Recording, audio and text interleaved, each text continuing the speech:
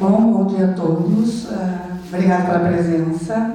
Eu gostaria de apresentar a atividade de hoje, né? Nós temos um ciclo de palestras que vai começar no perfil do aluno da Unesp, que é a professora Loriza Lacerda de Almeida, que tem graduação em Ciências Sociais, mestrado em Sociologia, doutorado em Ciências Sociais, é professora da Unesp de Bauru, tem experiência na área de Sociologia Urbana, atua principalmente nos temas cultura, juventude, comunicação, educação e cidadania. E atualmente ela é assessora da PROEX, a Pró-Reitoria de Extensão. Distraída com a tecnologia, obrigada, Lúcia. Acho que fico embaixo e depois volto, caso haja necessidade. Primeiro, agradecer a todos a presença, muito bom dia, e que essa semana gelada se transforme em algo mais agradável, né? Daqui para frente, comentei aqui com a Silvinha, que é uma falta de gentileza receber estranhos com essa temperatura, né? Que é se encolhida em posição fetal durante a noite toda. Agradeço o convite, Silvinha, comissão organizadora. É uma honra vir para Botucatu, um campus que tem aí nome e sobrenome, né, em toda a nossa universidade. É um prazer enorme estar aqui, tenho bons e queridos amigos e tenho muitos conhecidos por aqui também.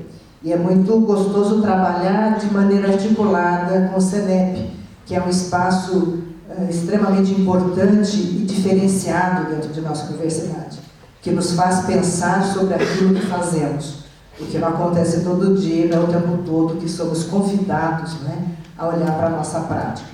Falando da professora Adriana, me lembrei de datas bem antigas, lá por 1998 e 9, passávamos aqui pela Rondon, indo para São Paulo fazer doutorado, e ela tinha naquela época um sonho, que era fazer exatamente um espaço de reflexão sobre a prática pedagógica.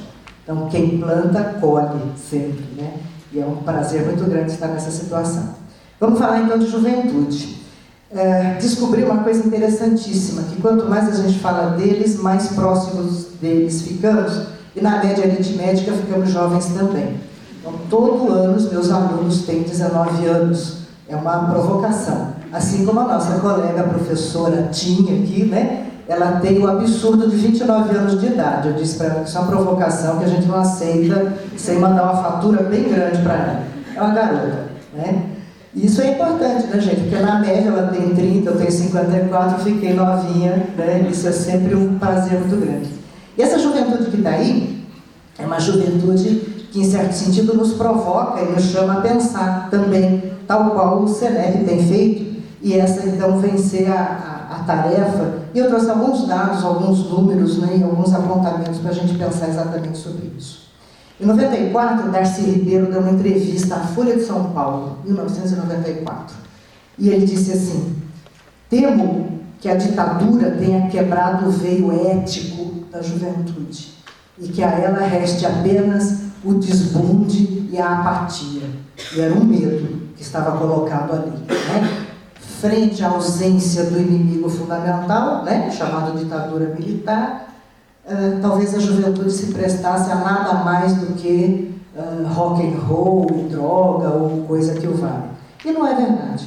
O protagonismo da juventude dos anos 90 mudou a cara desse país nos movimentos sociais e no exercício na construção da cidadania. Então, em algum momento, eles parecem ser assustadores, porque eles falam umas coisas estranhas, né? A chamada geração alt-tab, que nome é esse, que sobrenome é esse, né? Mas é que eles são assim. E eu brinquei com os colegas aqui na frente, esse perrengue tecnológico que a gente passa, a tela vai para frente, vai para trás, onde é que liga, onde é que desliga, como é que faz. Eles fazem isso com uma elegância, com uma naturalidade aterradora, né? Mas isso tem a ver apenas com a mudança dos tempos e com o oferecimento dessas novas tecnologias. Eles não são maus por isso, nem são bons também por conta disso, né? Porque o moleque pega o iPad e dá um show, que significa que ele tem conteúdo e consciência crítica. É uma coisa, não é a outra necessariamente. Mas as duas juntas podem ser coisas bastante interessantes. Então, no cotidiano, nós temos aí um conjunto de interrogações e de inquietações profundas, não é? E na sala de aula, e na nossa condição de pais e mães e tios, não é? E de irmãos mais novos, eventualmente, nos perguntamos o tempo todo o que é que está acontecendo, que agonias, né, nós temos no nosso cotidiano. Será que nós conseguimos compreender essa gente? Será que nós conseguimos, temos um estatuto à altura de um diálogo com esses meninos? Será que nós conseguimos também conversar de uma maneira mais direta, mais objetiva, às vezes sem a grande profundidade filosófica que, ora, às vezes, a vida nos exige? Será que a gente consegue construir essa conversa? Afinal de contas, né? O perrengue tecnológico. É bom, né, gente? Eu acho que o Bill Gates revira no sarcófago dele, morre de rir e diz assim: ah lá, deu pau de novo. Não é? E é assim que a coisa vai funcionando. E a gente vai tinteando, né? Então, há soluções para essa situação? Nós temos possibilidades de alteração, nós temos caminhos a seguir. Então, fui listando nesse conjunto de agonias algumas agonias que são muito nossas, né? Primeiro, lembrar e pontuar a todos nós aqui que nós vivemos numa sociedade em transição. Não tem certo e não tem errado, tem processo de mudança, tem processo de globalização, tem uma troca generalizada de culturas e de informações. Aliás, tem muita informação que a gente não consegue processar.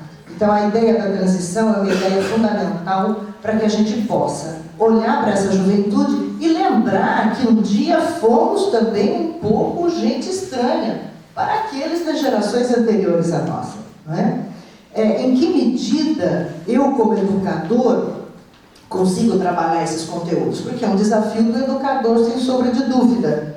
Não é muito do professor, talvez, né, que trabalha ali no depósito daqueles conteúdos necessários e suficientes para que aquele conhecimento seja repassado, mas como educador, há sem dúvida alguma um desafio bastante grande colocado.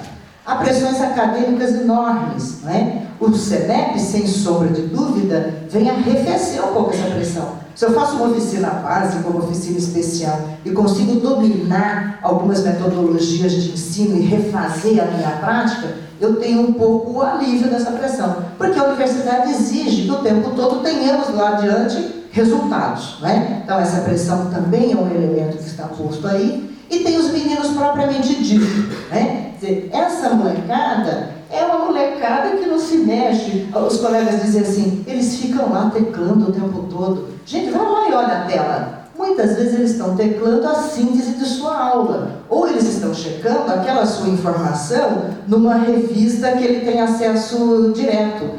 E às vezes eles estão simplesmente fugindo da sua aula porque ela é muito chata. É isso também, né? E é um elemento de avaliação e momento, inclusive, de superação dessas dificuldades aí, né? São os meninos, às vezes, um pouco estranhos, né? Que ficam ali, quando eu digo assim, parece que a gente está falando aramaico, mas a gente está falando uma coisa absolutamente fora da lógica desse pessoal, e esse pessoal, na verdade, tem uma outra linguagem, essa conexão da comunicação é que não está se realizando, muitas das vezes, não é? E a gente tem uma preocupação muito grande com o futuro da juventude. E vejam só, falo agora para os da minha geração particularmente. Nós desgraçamos o planeta, quebramos tudo que estava inteiro, que era bonito, interferimos na natureza de maneira direta, oferecemos para esta juventude isso que nós estragamos e dizemos assim, vocês são o futuro do meu país. Isso é muito pesado para eles. Ter a responsabilidade de viver, de manter um planeta, eu digo planeta no sentido mais amplo possível, relações políticas estragadas, relações sociais mal construídas, relações afetivas esquisitíssimas, né, que nós construímos, quer dizer, um conjunto multifacetado de problemas que estão aí, e aí colocamos para o aluno, você é o nosso futuro, para o aluno não necessariamente, para a juventude como um todo, né? E aí eles ficam absolutamente assustados, e tem um comportamento que às vezes nos assusta também, né? E dão respostas, muitas delas às vezes complicadas, no sentido que pontuei aí mais particularmente, das drogas, das bebidas e etc. Né? É um conjunto de inquietações que estão postas aqui, que muitas vezes não temos as respostas. Né? Mas eu também queria partilhar com vocês a ideia de que não precisamos ter respostas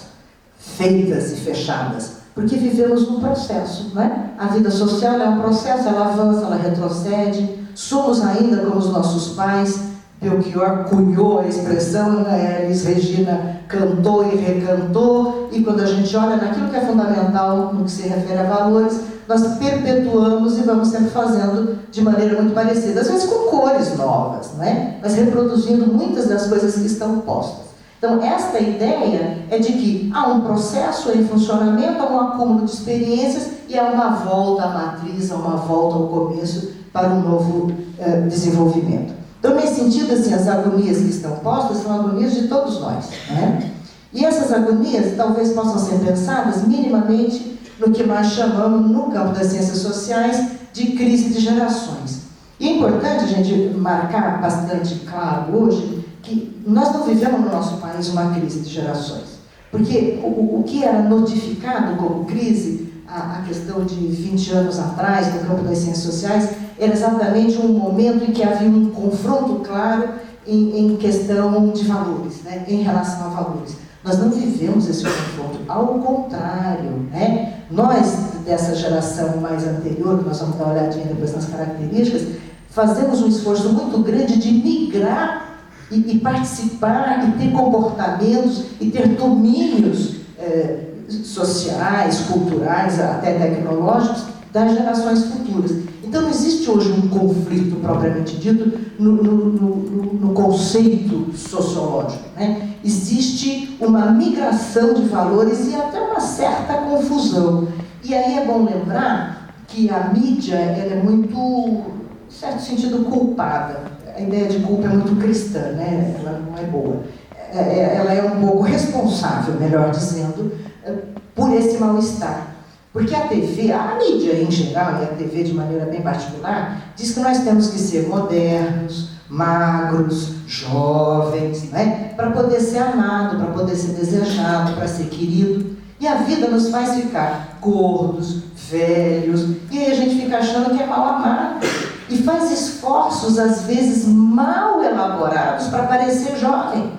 E muitas vezes ficamos ridículos, vocês sabem disso. É que a gente, às vezes, não põe o espelho, né? A gente só olha, esquece do espelho para se perceber. E essa é uma característica do mundo contemporâneo. Há um certo exagero, às vezes há uma certa confusão, não é? Então, não é que a gente precise ficar avacalhado, não é isso, né? Se largar e se abandonar. Claro que o cuidado com a saúde, com a estética, com o bem-estar são necessários. Eu me refiro a um exagero no sentido de construir uma imagem que não nos pertence, como uma geração mais velha, né? E às vezes tem um jovem que é um jovem muito velho, um jovem mais conservador, um jovem mais fechado, um jovem mais cinza, né? Quando a gente pensa na juventude, pensa sempre em atitudes muito mais abertas e coloridas, inovadoras e radicais. Ottaviani, sociólogo importantíssimo no nosso país, lá em 68, no auge, né, do calor da ditadura, escreveu um artigo sobre a radicalidade juvenil e disse assim: aos jovens compete a radicalidade, porque ser jovem é um momento de moratória, não é? Então é um momento, abre aspas, em que eu tenho um espaço de experimentação com a vida.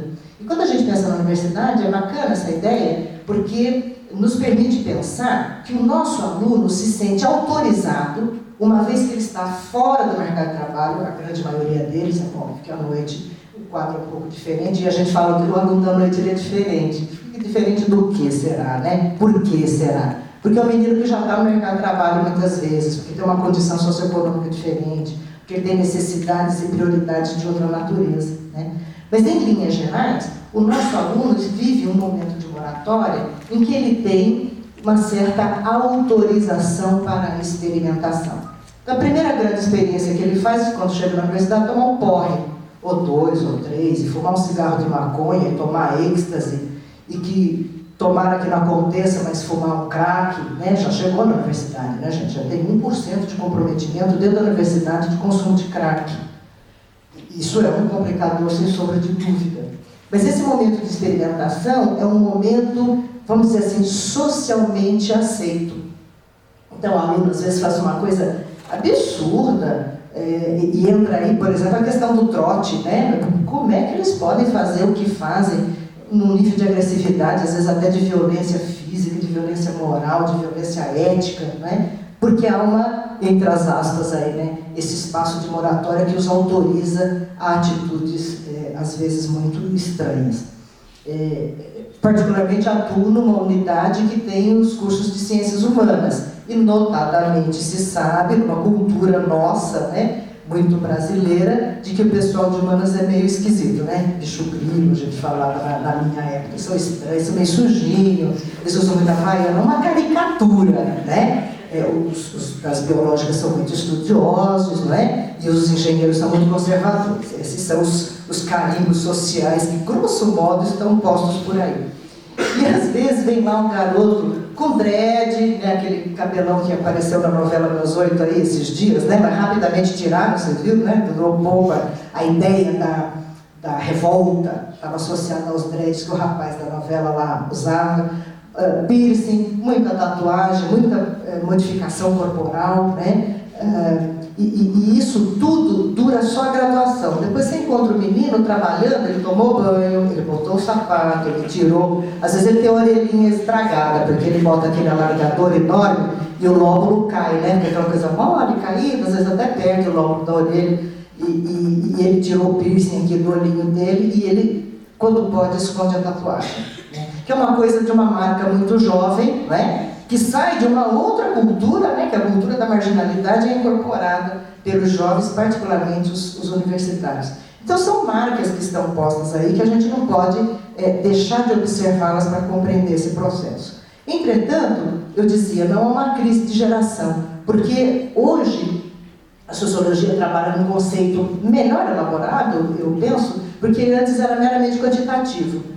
Bem antigamente, cada 25 anos eu tinha uma geração, então dava uma marca boa, né, entre eu e meus pais, eram 25 anos de diferença, somos de outra geração, pensamos diferente. Depois as ciências sociais refez um pouco essa percepção e fez um corte de 10. Então a cada 10 anos eu tenho gerações distintas.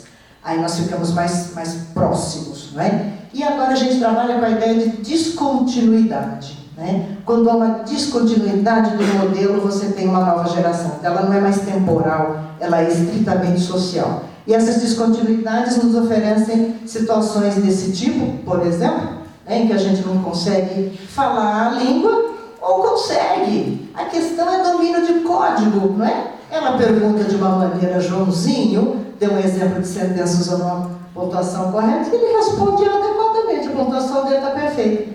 Ele escutou, ele traduziu o código dela, e talvez ela não tenha conseguido traduzir o dele, né? Mas ele diria assim, eu estou muito chateado com essa aula chata aqui, né? Aquela carinha ali que está indicando isso. Então essa descontinuidade, ela aparece em várias situações. Uma delas é a linguagem, né? E nós, como professores, nós somos muito rebuscados, né? A gente usa uma terminologia, às vezes, muito distante da vida real, né? Quando a gente começa a falar nos parâmetros, nos paradigmas, não é? E outros que tais, do que essa pessoa está falando, né? A gente, às vezes, constrói um distanciamento pela própria elucubração acadêmica, que para nós é cotidiana, né? Se eu não falar bonito para o colega, ele vai achar que eu não li o autor fundamental da minha área. Então tem essa disfunção, vamos dizer assim, a linguagem que é um elemento marcador, né, de segmento social. A linguagem é exatamente isso. Eu converso, aí eu falo com o paciente, eu converso com o médico, eu não sei se o que eu tenho é encravado ou se é um problema cardíaco que vai me levar a óbito daqui 2 horas. Mas fala de um jeito eu não entendo. Você o que ele está falando? Eu vou falar com o advogado, é a mesma coisa. O código é muito diferente. Então, lembrar dessa questão aí, quando tratarmos das questões voltadas à juventude, que a linguagem é um marcador social e se queremos nos aproximar e compreender, precisamos criar um padrão de aproximação aí. Rapidamente, gente, só para identificar aqui as gerações, primeiro dizer para vocês que não tem acordo, tá? Cada autor trabalha num recorte diferenciado, de temporalidade, vamos assim dizer, mas a gente depois faz uma síntese para tentar fechar isso, né? Nós temos os chamados tradicionais, que é aquela gente que viveu o pós-guerra, né? O fim de guerra ali de 45, uma gente que tinha uma vamos dizer assim, uma vida muito dificultada pela condição, quer dizer, hoje viver em guerra parece ser também uma condição contemporânea, né? Mas a Primeira e a Segunda Guerra, particularmente a Segunda, foram também marcas muito importantes aí. E esses tradicionais, então, é uma geração que estava naquele momento, que vivenciou as dificuldades econômicas, fundamentalmente, do pós-guerra. Depois disso, a gente tem um fenômeno que é o baby boom, né? Os baby boomers, que mais marcadamente na geografia, né? Na Europa, Estados Unidos, Canadá, Austrália, formaram uma geração desse pós-guerra com uma identidade aí mais ou menos definida, especialmente pela percepção do trabalho, pela necessidade do trabalho e pela, vamos dizer assim, responsabilidade em relação ao trabalho, né? Que a gente vai ver que nas gerações seguintes é uma outra perspectiva, funciona de um outro jeito. Para nós, que nem somos baby boomers, né? Nós somos um pouquinho depois, via de regra, todos nós, exceção de 4 ou 5 garotos ali da nossa colega jovenzinha, né? Nós temos no trabalho a nossa realização e a nossa identidade. Isso tanto é verdade que o pessoal fala assim, eu tenho 37 anos de Unesp. Aí você fica pensando, ele não vai embora por quê? Porque ele faz outra coisa. Porque a identidade dele está fundamentada no trabalho. E temos colegas que, quando vão embora, adoecem e imediatamente morrem, porque ele perde a sua identidade. Identidade no sentido de sua importância, de sua inserção social, de sua percepção de pertencimento na sociedade, não é? E vem a morrer mesmo de tristeza e de ausência, né, de possibilidade de turma, né, e de vida mais complexa. Então vamos pensar aqui mais devagarinho a questão da geração, né? A geração X é uma turma que tem 30 anos e um pouquinho e 50 e tal. Eu escrevi tal pelo cabelo, tá? Eu tenho 54, na verdade, quando a gente pega alguns autores lá, ele falava exatamente 51, eu falei, pô, vou dar um jeito nesse negócio aqui.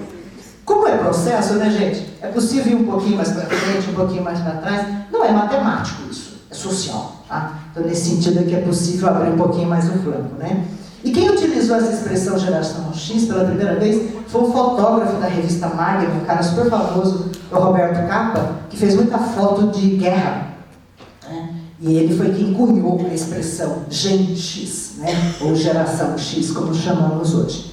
Qual é a cara desse povo aí? Vocês viram que eu já pus uma outra data aqui, um referencial de data, para a gente ter um pouquinho a ideia. É uma gente que condições materiais do planeta permitiram pensar na qualidade de vida, já começa a ter uma pequena preocupação, não significou que a preocupação nos impediu de destruir o planeta, né? Mas já tinha uma pequena preocupação, e é uma gente também que aqui, né, já teve acesso a algumas tecnologias de comunicação, né? Alguma coisa chamada, por exemplo, controle remoto. Ele é enorme, né? Vocês lembram? Bem grandão. Celular. Lembrem-se do seu primeiro celular. É uma coisa assim, terrível. Mas também, fazendo o trabalho, alguma coisa central na vida. Continuou. Para nós, o trabalho tem essa marca.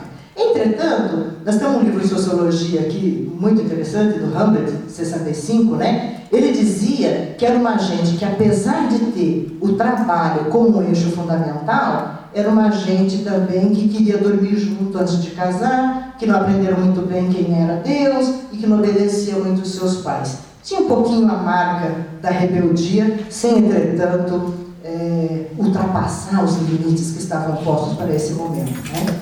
Então, algumas comodidades se apresentaram, algumas novidades se apresentaram, mas que é ainda uma geração que consegue um bocadinho de ousadia, sem, entretanto, perder a importância e a referência de um certo conservadorismo.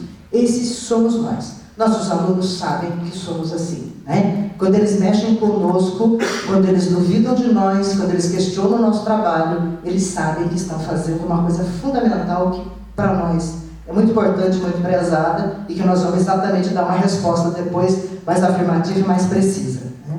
Saindo dessa turma da nossa identidade, e afinal quem somos nós sabemos muito bem, né? Dos nossos dilemas, nossas idiosincrasias, nossas belezas e desgraças, né? Nós temos uma outra juventude que essa sim é uma meninada que cotidianamente convivemos, que é a garotada de 20 e 30, grosso modo. 20 anos a 30, que nós chamamos de geração Y. Né? Essa geração Y, do ponto de vista da inovação tecnológica, vamos dizer assim, é a sua marca primeira, não é mais o trabalho, né? Mas é a superação do controle remoto e a apropriação de outras coisas que vão muito além do nosso controle remoto, que vão além daquele contato mais, vamos dizer assim, básico, né, com tecnologia. Eles aprofundaram nisso. Depois nós vamos falar um pouquinho da geração Z, nós vamos ficar muito arrasados, nós vamos querer ir embora para casa de medo do que essa gente vai fazer com a gente, que nós não temos preparo para dar enfrentamento. Então, a meninada de internet e da era da informação, como falamos, né? O emprego para eles é emprego, não é trabalho, há uma distinção conceitual muito importante. O trabalho é a minha identidade, o emprego é aquele lugar que eu ganho salário para viver, para ter qualidade de vida, para viajar, para passear, para comprar tecnologia, enfim, né? E é uma gente hoje que não tem nenhum apego ao seu espaço de emprego, né? Porque emprego eu tiro um ruim para arranjar um melhor. Então a gente tem lido muito as discussões, mas no campo da economia, tem um autor bacana, ele diz assim: hoje a juventude se demite do chefe.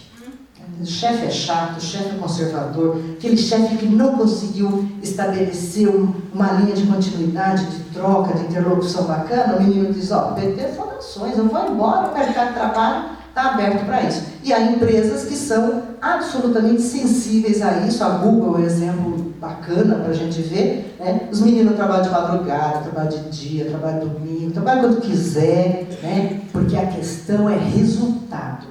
E não é aquela coisa do cartão, né? Que vou lá, pico às 8, pico às 12, volto às 13, saio às 17. Isso não importa.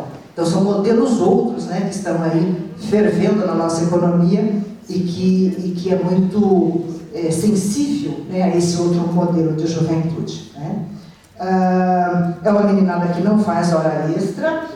A gente na universidade faz umas coisas absurdas, né? Que às vezes a gente comenta com um aluno, com um filho, com um sobrinho, você fala: troco do que você estava lá salvando o mundo, né? A gente fica até as 19, até as 20, às 21 e vem no domingo e abre o departamento, trabalha lá, né? E faz coisas assim que não estão alinhadas com essa cultura mais jovem. Há um estranhamento muito grande.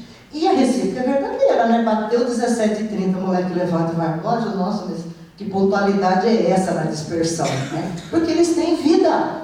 Eles têm uma vida para viver. Eles têm muita internet para ir lá fuçar, baixar, downloadear. Tem toda uma terminologia nova, né, gente? Downloadear é uma palavra que não existe, mas que significa fundamentalmente conseguir novos conteúdos, né, mais modernos para consumo. Ademais, esses elementos aqui, né, de valores morais bastante arraigados e uma gente muito impaciente. Pressa, tem que ir logo, porque, né, com uma internet de 10 GB já é uma coisa muito lerda, eles têm uma pressa enorme e isso acaba passando para a vida. Nós vamos ver um vídeo depois que o colega diz isso. Suporto lerdeza. Aqui, só um desenho para fazer um recorte para vocês. Os números, sempre muito miudinhos, a gente nunca enxerga o slide assim. Quando a gente faz, a gente sabe que o colega não vai enxergar, né? Mas é só para mostrar uma linha de dispersão em termos de recorte das faixas etárias, né? Identificando aqui um pouco na questão temporal. E aqui, 1990, mais ou menos, né? Teríamos o surgimento da geração Z. Aqui teríamos a geração Y e aqui, mais ou menos, seríamos nós nesse trecho aqui, vamos dizer assim, né? Porque na média a nossa amiga lá estragou a nossa conta, a gente ficou mais jovem, a gente pega um pouquinho na Y. O que mais que é importante a gente lembrar aqui? Que é uma gente que não concede muito aquela expressão assim: no meu tempo sim, é que era bom, né? E a gente usa isso como um mantra, né? No meu tempo era assim, assado, cru, cozido, sei lá que jeito, né? Porque eles sabem que as normas do passado não funcionam. Eles olham em volta e falam assim: mas, pô, se você faz isso também, por que você é infeliz? Por que você é neurótico? Por que você não tem qualidade de vida? Por que você infarta tão cedo? Né? Então, as suas regras, vou inventar outras. Né? Essas aqui, elas não vão me servir. Né? Também é uma gente que foi criada por nós, né, gente? Essa gente é filho da gente, em certo sentido. E como pais, e como famílias de classe média, fundamentalmente, na burguesia isso se amplia, nas classes populares isso se reduz, mas que na média acontece, nós vivemos um período de valorização muito grande da família e dos filhos. E as famílias brasileiras fizeram uma opção clara: menos filhos com mais qualidade, né? Para pagar escola melhor, para viver melhor, para viajar um pouco mais, para ter acesso a bens e serviços, né? Então, essa meninada, a meninada que foi criada, recebendo respostas à altura de seus pedidos, né? Certamente, muita coisa deixou de ser feita, deixou de ser consumida pela geração X para atender a geração Y nas suas demandas, nas suas necessidades, né? Caras que são multitarefas, e as multitarefas, elas são exageradas. Você tem uma expressão assim: o cara faz 10 coisas ao mesmo tempo, mas é mais ou menos isso, né? 10 coisas aqui ao mesmo tempo. Ele consegue ir para a internet, escutar a música ao mesmo tempo, ele conversa com as pessoas, ele abre um livro, ele dá respostas rápidas. A revista Info do mês, já virou mês? Não, desse mês agora, de maio, tem uma matéria sobre o Web 2, que é a web mais rápida e tal, e tem um texto muito legal em que se critica, não sei se critica, reflete sobre a nossa sociabilidade. E diz assim: estamos ficando selvagens, porque as pessoas conversam, entre aspas, conversam, se aproximam para trocar alguma ideia, mas ao mesmo tempo conversam com o outro no teclado. Quantos de nós já não viveu essa experiência de falar com alguém e este alguém te responde e conversa com outro alguém aqui? E a gente às vezes fica um pouco irritado, se sentindo desprezado, ou um ser desprezível, né? Que não mereceu a atenção do outro. A questão é a seguinte: se essas conversas estabelecidas têm assertividade, está tudo certo, gente. Melhor competência cerebral adquirimos, que conseguimos conversar com 2 ao mesmo tempo em lugares díspares, né? Pode ser que seja uma coisa boa. Agora, é claro que se você prescinde do convívio pessoal e prioriza o convívio virtual, aí parece que tem sinais de problema, e sim, acho que é preciso pensar um pouquinho em relação a isso. Mas no cotidiano isso acontece o tempo todo. A gente, assim, na cultura popular, me desculpem os rapazes, né? Mas a gente habitualmente diz que as mulheres são multitarefa e os homens são mono. Eu não sei, pelas senhoras têm um problema no cérebro, depois você dá uma olhadinha lá naquelas cores, né, que vocês põem no cérebro, se isso tem uma fundamentação científica. Do ponto de vista cultural, nós tripudiamos os homens dizendo que eles são monotarefas. Se o sujeito toma cerveja, não consegue fazer absolutamente outra coisa, a não ser tomar aquela cervejinha gelada. E a mulher troca a fralda do filho, atende o telefone, dá ordem para a empregada, limpa o chão, frita um ovo, ao mesmo tempo ainda lê uma receita, né? Mas isso é cultura popular, né, gente? Isso é brincadeira, né? Na verdade, as coisas não acontecem assim. Mas elas podem sim acontecer no exercício de uma multitarefa em que nós vamos desenvolvendo hábitos, né, e procedimentos que são inclusive fáceis, porque todo mundo sabe que tem no nosso telefoninho, no nosso iPad, etc., sistemas de complementação das palavras, né, em que você põe VC e sai lá você, que você põe, sei lá, MSG e sai lá mensagem. Na verdade, você tem um encurtamento, né, vamos dizer assim, no acesso, e a mensagem chega lá inteira, mas isso reduz o esforço do nosso cérebro, vamos assim dizer, e aí é possível conversar com 2, né? Que é melhor do que conversar com ninguém, eu diria, porque tem aquela outra conversa que é nula, que você fala e o outro diz né? E nem está pactuando contigo daquilo que você está fazendo. Então, são exercícios aí plenos. Isso é bacana pensar, porque pode ser que os nossos alunos, ao teclar, aí agora a nossa universidade tem wireless por todo lugar e funciona muito bem e legal, isso é bom, mas pode ser que ele esteja exatamente fazendo uma atividade complementar àquela na qual ele está inserida, que é o nosso trabalho cotidiano ali do dia a dia, né? Uma pesquisa, trazer uns dados aqui para vocês, uma pesquisa que a USP fez, né, com gente nascida de 80 a 93, se deu conta disso: 99% se mantém envolvido apenas em atividade que gosta. E aí a Alessandra e a Rê vão dar conta de discutir se a aula é uma coisa gostosa ou se não, né? A gente já leu muito por aí que a escola expulsa, mas a gente já leu muito por aí também que se a metodologia for bacana, se o envolvimento for grande, né, as pessoas vêm para dentro e constroem junto com a gente. Então, se eu pensar em termos de aula, se for uma atividade que eu não suporto, pronto, desliguei, não há quem faça a gente se envolver. 96% acredito que o objetivo do trabalho é realização pessoal, não é mais riqueza, não é mais acúmulo, como a nossa geração pensava, fundamentalmente na casa própria, no carro novo, na porta de casa, quem sabe um AP pequenininho na praia, né, como metas de vida. Hoje eles dizem assim, eu quero ir conhecer a Europa, eu quero passear e conhecer outros lugares, eu quero usufruir de tecnologia de ponta, é isso que eu quero, e vou viver de aluguel, e qual é o problema? Né?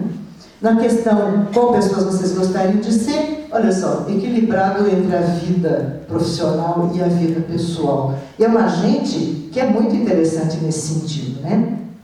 É comum os recém-contratados pularem de um emprego para outro, como eu falei, né? Tratam seus colegas como se fossem, tratam os mais velhos como se fossem os seus colegas, né? Bate nas costas. E na universidade a gente vê muito isso, né? Eles falam assim, o Durigan acertou ou errou. Em geral dizem que errou, né? Mas assim, o Durigan. E tem gente que às vezes bate torto, né? Faz assim, a Sheila, né? E o ritual da coisa toda, né? O que a gente faz com o que está no entorno, em termos de uma instituição, a nossa, a universidade, né? Que tem uma hierarquia clara e que é obtida por mérito. Há uma distinção, né? À medida que se produz, se avança, há uma distinção. Mas tem essa coisa de uma certa intimidade forçada, mas não é por maldade, né? E ele fala do professor Durigan, porque exatamente está no topo, digamos assim, né? Mas às vezes com a gente mesmo, ali no dia a dia, né? E aí, Lô é a abreviação de professora Loriza. E há pouco tempo atrás, não muito, chamava de tia. Aí era uma avacalhação geral, né? E tem uma discussão bacana nessa coisa da tia, que a gente não vai entrar agora, mas, né? O esvaziamento da família, que mamãe e papai foram trabalhar, botaram as criancinhas dentro da escola, a escola educou, ensinou a escovar dente, ensinou a higiene, deu carinho, cantou nada neném, entrou para a família, virou tia. E isso se contaminou de uma certa maneira, e muita gente. E é engraçado, né, que a gente tem uma reação assim, de rejeição, né? Porque a nossa formação passa por uma perspectiva de formação de família, que é muito diferente da que essa garotada tem. Bom, e valores éticos fortes, priorizando fundamentalmente aprendizados e as relações humanas. Ademais, TV, computador e comunicação rápida dentro de casa. Qual é filho nosso que não tem Web 2 em casa, 10 GB, 100 GB de rapidez na internet? E os nossos alunos têm, muitas vezes, muito mais do que nós, né? Então, essa convivência os torna diferente. Claro que essa convivência com as ferramentas cria um outro modelo de registro, né? Uma outra forma de fazer. E aqui a psicóloga Tânia Casado usa uma expressão que é isso mesmo, né? Vieram equipados com wireless, conceito de mobilidade e capacidade de convergência. Os caras funcionam à distância, né? Se mobilizam o tempo todo, se conectam o tempo todo e juntam tudo numa coisa só. O uso do celular, gente, é uma coisa fantástica. Eu falei para vocês assim, a revista Info do mês. Eu leio a revista Info todo mês. Metade daquilo eu não entendo, né? O que é, do ponto de vista técnico, estrito senso, né? A coisa dos joguinhos, que é muito forte para a juventude, mas tem uma discussão bacana, que é uma revista de banco de revista mensal, né? É uma discussão bacana que eles trazem, que tem comparecido, que se refere ao uso dos celulares como uma possibilidade de construção de novos saberes. E isso é legal, porque ele fotografa, ele filma, registra em tempo real, ele busca informações complementares, ele faz a troca, ao mesmo tempo em que aquele ser está construindo conhecimento, estabelecendo novas conexões. Então, utilizado desta maneira, ele consegue cair nessa linha, né, das tecnologias convergentes. Diferente de nós que usamos o telefone para telefonar. É isso que a gente tem, disca e olha lá, às vezes, né, nem sequer, às vezes isso a gente consegue. E eles fazem de uma maneira diferente. Olha que informação assustadora, 27 vezes trocam de mídia por hora. É uma insanidade pensar uma coisa dessa, né? Ele pega o celular, liga a televisão, desliga, ele escuta um pouco de rádio, ele desliga, ele liga o iPad, ele bota lá o pendrive com MP3, ele abre um joguinho, ele volta, e às vezes ele escreve no papel, que é uma tecnologia bem antiga, mas que ainda existe, está aí presente, e parece que resiste bastante, né? Uma outra pesquisa mostrou que 45% dos proprietários de tablet usam os seus aparelhos concomitantemente à televisão. Quando na geração X a gente assistia à televisão. Esse era o conceito. Você sentava e assistia à televisão. Hoje a gente se contaminou dessa coisa também. Você chega e liga a televisão e vai fazer outra coisa. Vai tomar banho, vai preparar a janta, vai esquentar o lanche, vai dar bronca nas crianças, vai preparar a aula e blá, blá, blá, blá, blá, está lá rolando. É um jeito diferente de consumirmos, né, esse tipo de mídia hoje. Bom, a vontade de desenvolver, de se desenvolver, né, foi apontada também como fundamental para os jovens. Significa dizer que eles não estão desconectados do que é importante na vida, né? E além de aprender com seus superiores, eles sabem também ensinar coisas novas. E esse, me parece, é o grande lance. Se nós estabelecermos uma conexão e nos permitirmos a troca, concebendo que os jovens sabem um conjunto de coisas que nós não sabemos, aí nós damos um pulo do gato no sentido de estabelecer uma troca e crescer com eles. Né? E nós, inclusive, podemos trocar com eles as coisas que nós sabemos, acreditamos e sabemos bem, obviamente. Né? Não se sujeitam a nada que não faz sentido. Paulo Freire dizia isso já de uma maneira muito bonita, né? Bonitamente, ele diria, né? Que ele gostava de pegar o português e traduzir para uma outra língua, com sentido pedagógico mais forte. Não se sujeita a coisa que não faz sentido. Ninguém se sujeita ao que não faz sentido, gente. O cérebro vai clique, pronto, desligou. Que é aquele olhar que os moleques têm quando a gente está dando aquela aula espetacular, importantíssima para decidir a vida do sujeito, e ele te olha com aquela cara de janela, né? Nada se move. É porque não deu essa construção de sentido, não se realizou, e aí ele não se envolve. E aí a gente tem que se mexer, tem que criar um monte de estratégia, né? Minhas amigas vão certamente passar por aí também, ou não, né? Em outro momento a gente pensa essas coisas. Imagina o professor que fica o tempo todo parado, lendo um trecho de livro. Não dá. O cara que ainda usa aquela antiga transparência, né? Até vale hoje como acréscimo à cultura geral, para eles verem como eram os infelizes no passado. Você pode levar a título de demonstração, né, do que era. Mas há uma exigência nesse sentido, né, gente? Se não se fizer aí uma estratégia de envolvimento, as coisas não vão funcionar, né? E, bom, a questão das multitarefas, etc., e a situação de igualdade, há uma visão de horizontalidade por parte desse grupo. Tentando uma síntese aqui, como é que é a inteligência do cara? Porque cara é a expressão, né? E cara, bro, o bro. Bro, acho que eles não chamam a gente ainda na sala de aula.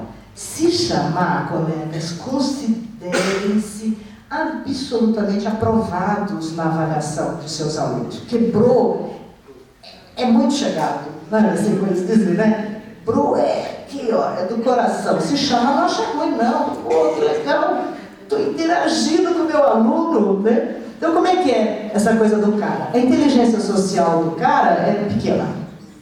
Pequenininha, ele é um pouquinho carente, né? Ele não presta muita atenção, ele não se prende a coisa nenhuma, porque, pessoal, ele é muito tarefa.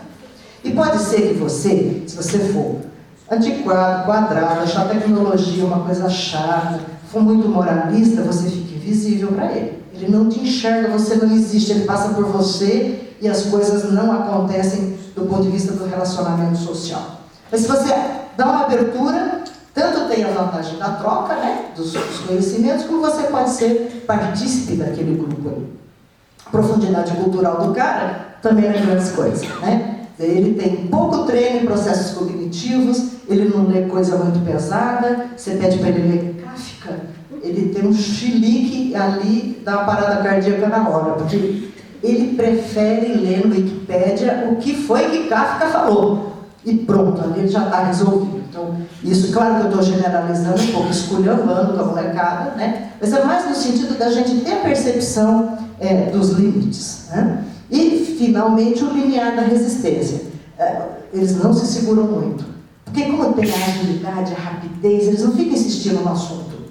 Deu, não deu, até logo, né? A coisa do aprofundamento é muito complicada, né? Essa coisa do futuro, lá na frente, estude bastante agora, lá você será feliz. Isso é uma coisa que nossa geração foi muito treinada, porque teríamos, ao final e ao cabo, o reino dos céus, uma perspectiva mais metafísica, ou a riqueza pessoal, uma perspectiva mais econômica. De alguma maneira, ao final e ao cabo, encontraríamos a felicidade. O pote estava no fim do arco-íris. Hoje os meninos só querem o arco-íris, para eles já estar louco de bom, não precisa avançar. Para a gente pensar aqui em uma nova modalidade interessante que está acontecendo, vocês se lembram aqui do Assange, né? Um sujeito que, nesse momento, está exilado, nem sei em que país que ele está, fugido, escondido, ele está disfarçando, está num tempo, daqui a pouco ele vai hackear de novo, né? Ele botou coisas importantíssimas na net, roubou informações e botou lá. O hacker é ídolo da juventude, né? E ele disse que a juventude apática da internet está ficando politizada. Estão começando a sentir sua impotência e esse recém-nascido movimento jovem precisa ser guiado e protegido. E como uma sugestão, tem um livro bacana, A Cultura da Participação, ele trabalha com esse conceito de excedente cognitivo. Ele diz assim, quanto mais ativa a vida na internet por parte da juventude, mais elementos novos ele traz e mais plurais esses elementos se colocam. E mais possibilidades de intervenção eles vão ter. E só para lembrar, um fenômeno bastante moderno é o flash mob. Com a mobilização rapidinha, não sei se vocês tiveram o prazer de conviver com um movimento desse, por exemplo, no metrô em São Paulo, que eles abaixam as calças. Né? Eles, sim, simplesmente, é um movimento rápido, né? Tem conteúdo político aí? Não tem, mas tem conteúdo cultural fortíssimo. Eles combinam pela internet que vão no trem tal, da parada tal a tal, baixar as calças e todos eles baixam as calças. Recentemente, em Sorocaba, na praça central da cidade, eles fizeram uma guerra de travesseiros. Né? Isso é bacana, porque pode ser que eles, nessa toada, e já fazem, né? Saiam às ruas para dizer que a gente não quer político corrupto, para falar que a gente não quer mais roubo, para falar que a gente não quer violência. Eles podem migrar para temas importantes aí e qualificar essa vida social. A geração Z, finalizando aqui só essa coisa da geração, né? É um agente assustador. Obsolescência, problema de interação, são desapegados, dispersos, valorizam a comunicação. A integração com a tecnologia é pior em relação à juventude de geração Y e são preocupadas com o meio ambiente e sustentabilidade. Aí tem um videozinho aqui para a gente se assustar um pouco com essa gente. Eles não são nossos ainda. Eles têm até 19... O minuto foi se aproximando, eu fui afastando. Olha como é que a tecnologia nos controla. Vamos ouvir aqui rapidinho. E ele vai falar dessa insuficiência de paciência que essa juventude tem. Não era aqui, né, meu? Aqui. Tem uma coisinha, um som. Chama Osmar, né? Osmar Contato.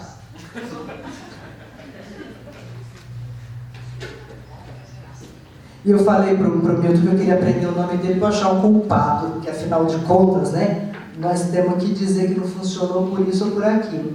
É um materialzinho, um extratozinho de 3 minutos da Globo, em que eles trabalharam todas essas gerações. E aqui eles vão exatamente dar voz à geração Z. Profissionais de idades e valores diferentes, está mexendo com o dia a dia das empresas. Hoje, na última da série, nossos repórteres mostram que o barulho da geração vem aí.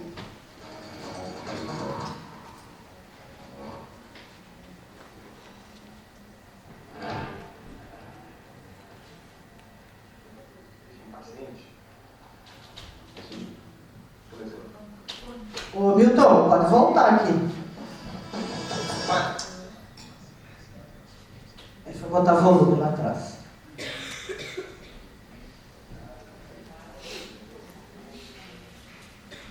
Mexe com o cabinho aqui? Uma nova leva de jovens chama a atenção de educadores e especialistas em recursos humanos. Eles ainda não chegaram à universidade, mas já demonstram que vão ter um comportamento diferente no mercado de trabalho. Os dias de caçula da geração Y vão acabar. Vem aí a geração Z. Eu acho que o que tira a paciência dele é quando ele não consegue ter rapidamente o que ele precisa, o que ele quer de mim, ou de alguma situação, ou de... Porque não é a internet, não é o computador que já está lá. Mas quando é agora, é agora. Quando é agora, é agora. O seu agora é um pouco agora demais, entendeu? Nossa geração é super rápida, a internet e tudo mais. Então a gente quer tudo com muita... Na linha do tempo, a geração Z nasceu a partir de meados de 90. O mundo desses jovens sempre teve internet, e-mail, celular, e toda hora aparece uma novidade. O ritmo ditado pela tecnologia é decisivo para formar a personalidade da geração Z. Essa geração atual, ela não compreende a si mesma, a geração Z, sem que haja a digitalização do mundo, das relações da vida. Ela não se compreende e não compreende a vida fora isso. Porque às vezes é um pouco delicado, conversa, jogo, música e o celular do lado, TV ligada, prestando atenção em tudo que está acontecendo. O menino entra numa empresa hoje como trainee, né, e ele acha que se em 2 anos ele não for um dos diretores, ele é um fracassado, se ele é da geração Y. Ele não tem ideia de tempo, de maturação de carreira. A geração Z, ela agudiza essa situação. A tecnologia também molda uma geração em que a comunicação é instantânea e nem sempre depende do olho no olho. Quem de vocês tem computador? Quem usa o computador para entrar no MSN? Quem tem Orkut também? Celular, quem tem? Parece contraditório, mas eles se comunicam tanto que ficam isolados na própria casa.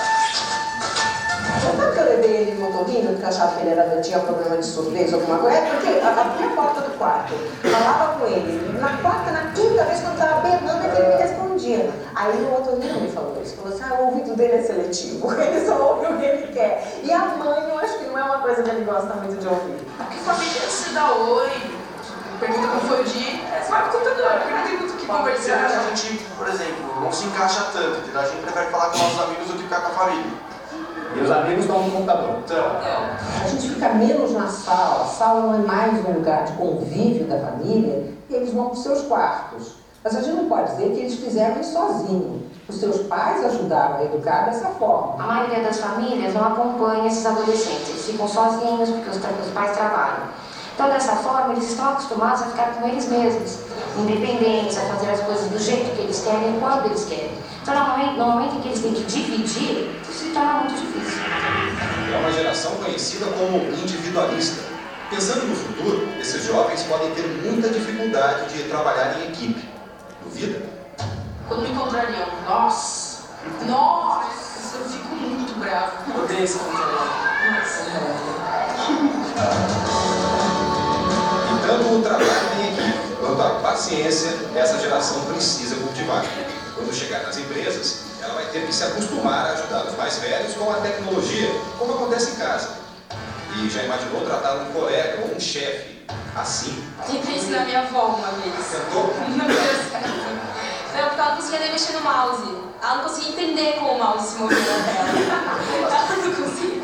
Eu fiquei 2 minutos e desisti. Falei, bom, vai conseguir. A geração Z há de ter o seu lugar, assim como as outras. Os baby boomers, experientes e que vestem a camisa da empresa. A geração X, mais dedicada ao trabalho e que combina um pouco da experiência dos mais velhos com o pique dos mais novos. E a geração Y, cheia de ideias, de energia, de capacidade para inovar. Essas gerações que convivem, elas podem ter uma relação de aprendizado ou elas podem ter uma relação de rejeição. Empresas inteligentes mesclam as gerações nos projetos, nas equipes, para obter aumento de repertório e, portanto, de arsenal né, de respostas. Respeitadas as habilidades de cada uma, todas as gerações têm seu espaço. Se eu tivesse que alocar pessoas numa função de planejamento, eu diria que esse é o baby boom. Para definir orçamentos, quanto vai custar, eu diria que são os práticos da geração X. Para partir para a ação, eu diria a geração Y, que é mais imediatista, não quer planejar, quer sair na rua fazendo, vendendo, criando. Então, se a gente puder fazer esse ciclo, todas elas vão se complementar muito bem. Uma troca, entendeu? Eu sempre tive facilidade, eu sempre busquei retirar o melhor assim, das pessoas mais velhas, porque, eles têm sabedoria, assim.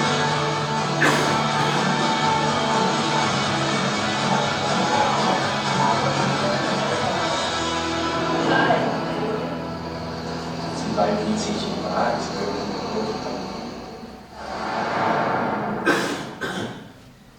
As 5 reportagens da série Gerações estão na página do Jornal da Globo na internet. E fica lá a discussão. É interessante eles falarem, né, o reconhecimento da troca. Essa última garota, eles têm sabedoria. Eles só são um pouco lentos, né? Um pouco travados. Essa parece ser uma ideia bastante recorrente. E a ideia da praticidade é verdade. Se a gente pensar em termos da universidade, a nossa formação teórica talvez tenha nos colocado uma âncora muito pesada nos pés, né? E os alunos têm uma facilidade talvez bastante maior, né, em termos da sua desenvoltura. Queria ainda... Ainda tem uns minutinhos? Minutinhos. Olha que gente simpática. Eu estou num terço da apresentação, só para te localizar. É verdade, mas isso a gente suprir e volta depois. Só alguns dados, gente, rapidamente, uma pesquisa nossa, brasileira, né? Só para a gente perceber um pouquinho como o perfil dessa juventude, 18, 24 anos, 18, 25, é o recorte, né? Como somos um tanto conservadores. Família, saúde, trabalho e estudo são valores fundamentais.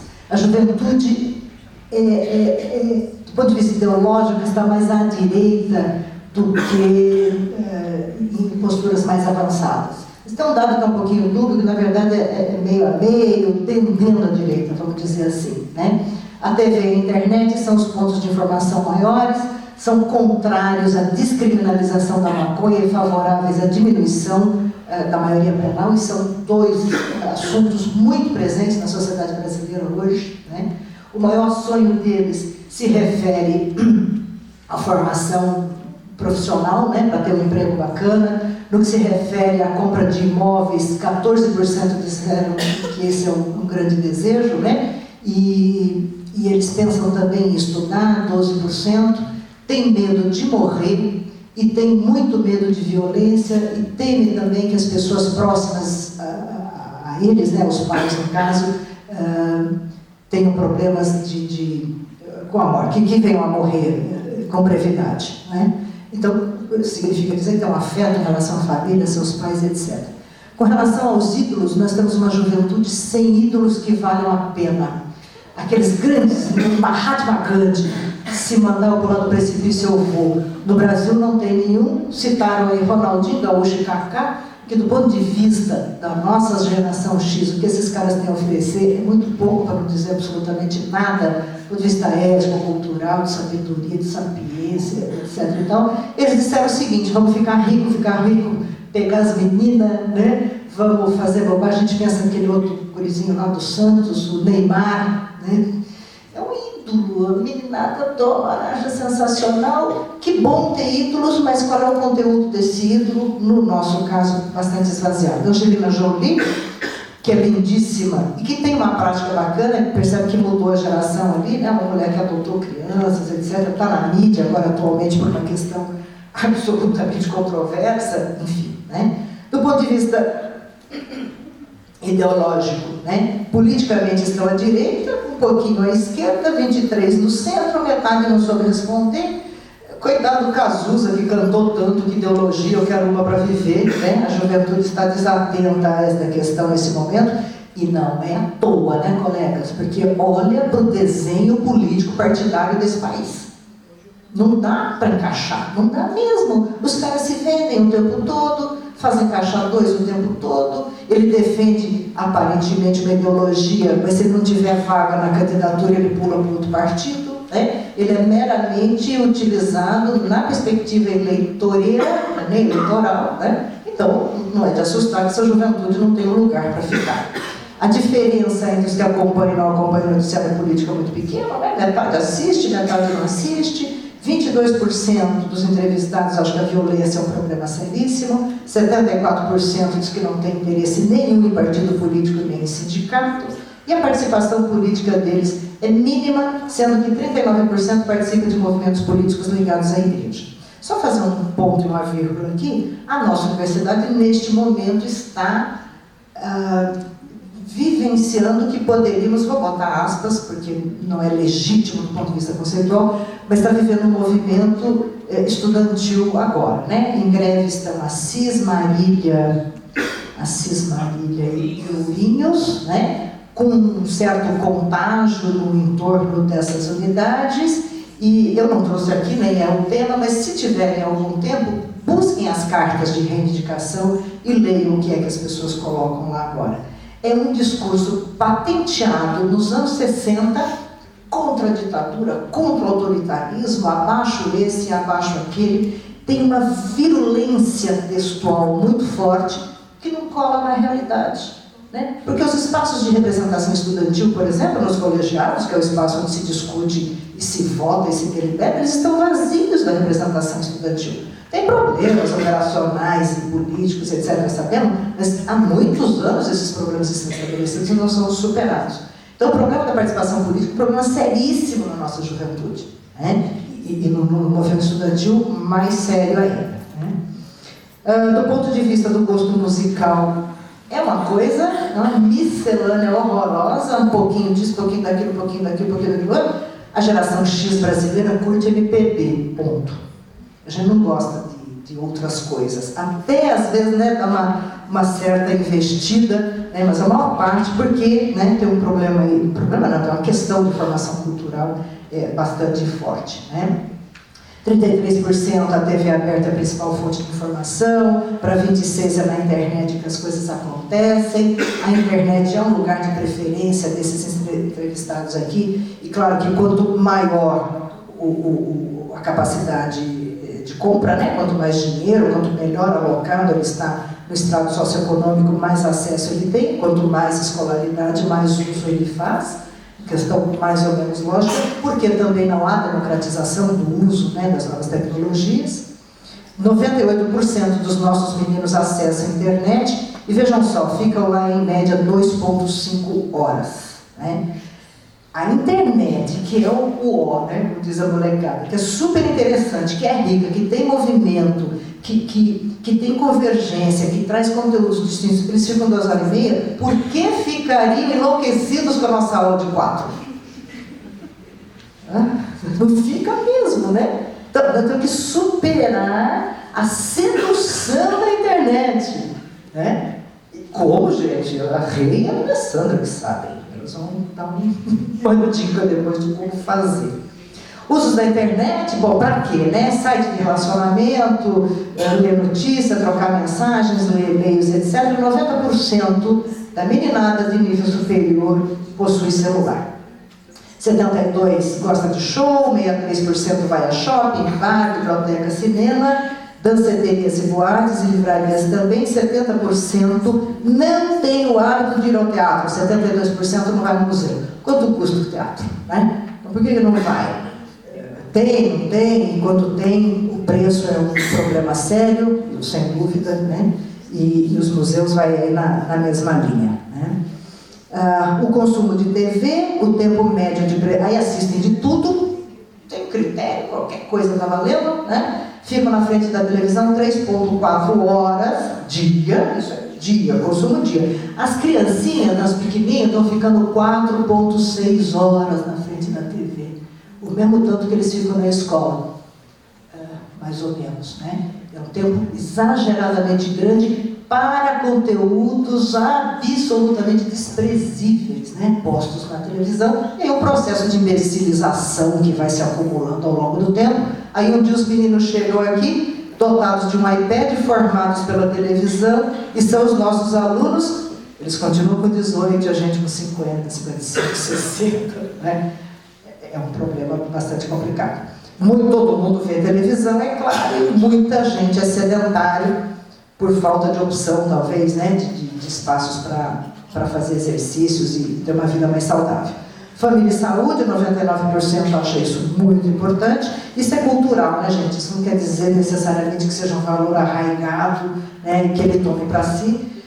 Trabalho é importante para 97%, estudo é importante para 96% dessa gente, lazer e amigos também é fundamental, beleza é fundamental, sem dúvida. E o índice menor é casamento, mas vejam que índice altíssimo. 72% acha casamento uma coisa importante. A gente pega os dados do IBGE, todo mundo continua casando. Aí vira a página e olha o outro dado e todo mundo continua se divorciando. Tem uma dinâmica diferente. Não é que não casa, é que casa separa. Lembra aquele figura do jogo? Casa separa. Tem uma dinâmica distinta na sociedade. Às vezes a gente pensa que as pessoas não estão casando, né? Mas os dados computados no IBGE da última coleta mostram bastante claro isso. Muita gente é consumista, muita gente gasta dinheiro com vestuário e calçado, 61% é um monte de gente, né? 6 em cada 10 bebe mesmo, 1/5 fuma, 17 experimentou droga. Começa a fumar com 15 anos, tem uma tendência de queda nesse modelinho, porque está ficando feio fumar, coisa de gente burra, idiota, que não se cuida. A gente está trocando de cultura, nós estamos em movimento aqui, né? Diferente da geração X que fumava para ser bacana, mulher para ser moderna, autônoma, liberada, fumava para mostrar que era liberada como um ícone social, né?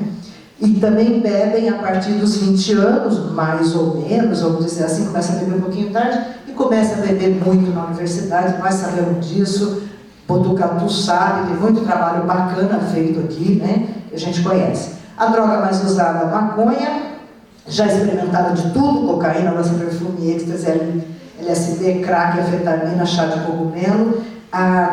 Na TV Cultura de segunda-feira, esteve lá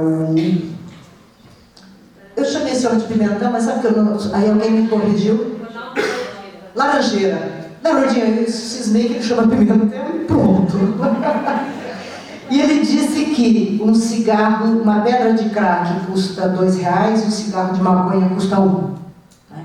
Então, acessibilidade a esse tipo de coisa, do ponto de vista financeiro, está garantido. Tem quem venda, pequenos roubos, pequenos furtos, nós estamos lascados, né, para usar um termo assim bem acadêmico, né? Está muito difícil esse dado. 72% diz, né, que fuma maconha, que deve ser, fumar maconha deve ser proibido por lei, continuar sendo proibido. A maioria é favorável à diminuição dessa idade criminal, dado o quadro que está posto aí. E no caso do plebiscito sobre a morte, metade aprova, metade não. Isso se reproduz também na nossa geração, não temos clareza disso. Há estudos que dizem que pena de morte não reduz violência, enfim, é aí um problema. 21% são pais, né, tem 1,4 filhos na média, a lei do aborto deve ser mantida, 87% tem medo de AIDS, 35% se masturba, 83% tiveram relações sexuais, 60% tem medo de sair de casa e 29% já foram assaltados. A grande maioria recebe mesada, metade homem, metade mulher, muitos brancos e pardos, alguns negros, amarelos, indígenas, escolaridade média, muita gente ainda católica, né, no nosso país, muita gente morando com os pais, há uma continuidade da permanência na casa dos pais, né, na casa paterna, em função da continuidade de estudos, em função um pouco do mercado de trabalho, né, que não os absorve, eles continuam em casa. Alguns números ainda. No Reino Unido, agora uma pesquisa com o pessoal nessa faixa aí dos nossos estudantes, um pouquinho mais, né? 65% diz que não pode viver sem celular, 22% é muito dependente e 94% prefere o celular ao sexo. Se você tiver que ficar uma semana sem um ou outro, o que sexo? 45% viveria sem uma refeição, prefere o celular, e 71% podia ficar sem o carro, para ficar com o seu celular. O celular é tudo de bom, né? Quando se conclui isso. No Brasil, 99% tem computador em casa, 15% fica 8 horas, uma jornada de trabalho conectado, 60% usa a web para criar amizades, 71% colocam fotos, dos 71%, 15% põe foto pornográfica, fotos suas pornográficas, e 69% acha que o anonimato permite a violência. Nas redes, e aí nós temos que entrar nelas, né, gente? Vocês conhecem no Facebook o Nesp Depressão? Uma página, não é fake, tem lá uma pessoa que é o coordenador, né, que monitora, muito interessante. 66,5% das visitas é para o Facebook, o tempo de permanência a cada entrada 28 minutos. No YouTube, 18,5 visitas, tempo de permanência 22 minutos. Claro que a gente está pensando numa internet rápida, né? Se for discada, você multiplica isso por horas. No Orkut, 2,2 visitas, o Orkut perdeu em acesso, Facebook ampliou, porque a convergência é muito maior, né? E outras, o Ask, Yahoo, o Bate-Papo da UOL, o Google+, etc., são espaços aí que estão também colocados. De 5 minutos que me deram, deve ter 3, eu só vou dizer o seguinte, e aí não sei se a Lei e a Rei vão trabalhar, vão, ótimo. Nós fizemos um trabalho aí sobre uma comissão de estudos de desempenho estudantil, eu fiz uma síntese dos dados aqui, estou avançando, elas vão trabalhar mais aí adiante, e uma ideia rapidíssima é dizer para vocês que coisas novas estão postas aí, vale como uma sugestão, se me permite, nós não temos tempo de ver o conteúdo, mas saibam que houve uma produção de um material na construção de um vídeo chamado La Educação Proibida, um vídeo que vale a pena ver, ele está lá no endereço, perdão, só voltando aqui, no Facebook, /La Educação Proibida. Bota lá no Google, que o pai Google nos conduz, né? É um vídeo bastante longo, e tem também um extratozinho ali, que é uma apresentação, né? É um vídeo que foi construído com um trabalho de 90 educadores, isso foi realizado em 8 países diferentes, e eles fazem uma discussão de como a educação não deve ser. E aí são espaços de fala de educadores, de falas de alunos e de concepção estrutural da escola, né? Então, só para pensar a velha prática de cada um olha para o pescoço do outro, como isso é ruim, como isso não avança na troca das experiências, né? Acho que é um vídeo bacana. Tem no Facebook um fenômeno muito interessante, que é essa página Diário de Classe. Eu tinha olhado para isso em outubro de 12, e eles tinham lá 336 mil seguidores. E agora, ontem eu olhei de novo, mas como será que está aquilo lá, né? Foram para 618 mil seguidores. É uma garotinha de 13 anos de Santa Catarina que começou um dia no Facebook postando uma foto dizendo assim: a cozinha da minha escola é muito ruim. Olha a sopa que fazem na minha cozinha. Vejam as condições do banheiro de minha escola. Observem que não temos aula de matemática hoje, nem tem substituto, e ela põe os filminhos do que vira a sala de aula sem professor. Aí depois ela diz, vem o oficial da justiça que notificou meu pai, nós estamos aqui na delegacia, porque a escola deu parte do meu pai, porque é um irresponsável que está deixando eu postar coisas da escola. Então vejam, uma criança de 13 anos que tem trabalhado... não é na denúncia, ela tem até uma certa ingenuidade, ela trabalha na informação das condições que a escola que ela frequenta possui. E ela fala das coisas que são bacanas também, por exemplo, né, que os tablets chegaram na escola. E ela diz rapidamente assim, né, o governo está se mexendo, que coisa boa, o governo tem agora que pensar no treinamento dos meus professores, né, proporcionar um treinamento para os professores para eles poderem repassar para o aluno. Se não for assim, vai ser um monte de dinheiro jogado fora. Aí ele diz, eu tenho professor que fala mal o português, ele assassina a língua, ele ignora os plurais, ele inventa palavras do tipo umas águas, as folhas estão sujadas, mas ele é gente boa, ensina bem, né? Mas o português... Então, governantes, por favor, tenham esses professores, senão vai ser a mesma coisa de sempre, é que nem dar um chave de um carro para quem não sabe dirigir. Ela faz coisas assim. né? O que ela está fazendo com os seus coleguinhas? Informando que existe tablet, que lá tem software de informação, que tem um monte de coisa bacana, que tem conteúdos, né? Mas ela está dizendo ao mesmo tempo que se o professor não souber usar, aquilo lá vai ser um desperdício, né, de espaço. Então, caros, finalizando, né?